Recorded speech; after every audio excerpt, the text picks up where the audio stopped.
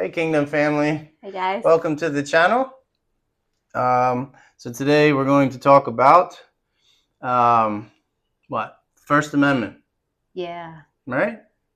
So, in light of what happened to Charlie Kirk, um, everyone's been kind of bringing up the hate speech, Mm. and almost Pam Bondi is saying that hate speech needs to stop, but free speech Mm. includes the hate speech. Yeah. So, if somebody hates us or hates you, they're allowed to voice that. Yeah. Yeah. So we need to be very careful how we as Americans react to these things. It was a heinous crime. It was an assassination that we're talking about is a big deal.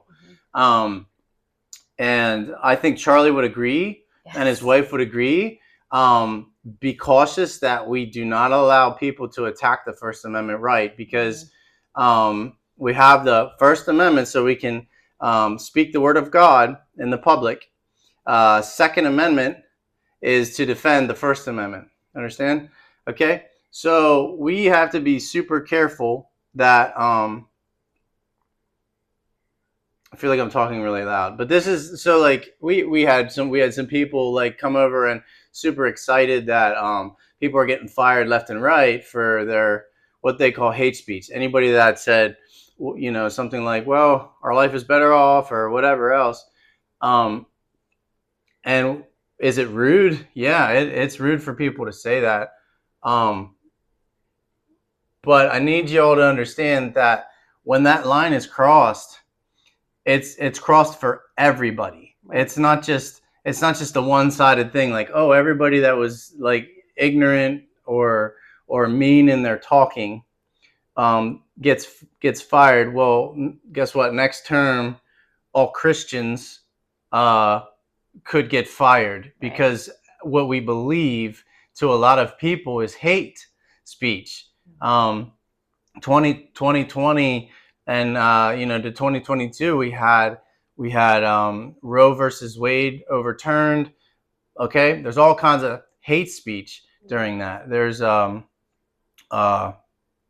Lives Matter. Okay, anybody that said what they were doing was wrong, burning buildings down, kicking down old people like that was they were heinous acts too.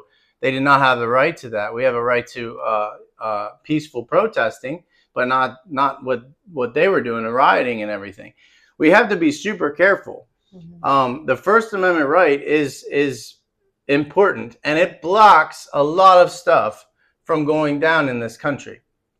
And so I tried to have this conversation with someone that we know, and I don't think we were seeing eye to eye with it because everyone is emotionally charged by what happened to Charlie, and they want righteousness and they want justice, as does everybody.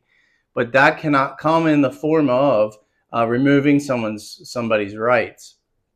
They have a right to hate me. They have a right to hate us. They have a right to say bad things about us. They have a right to harass us to a certain point.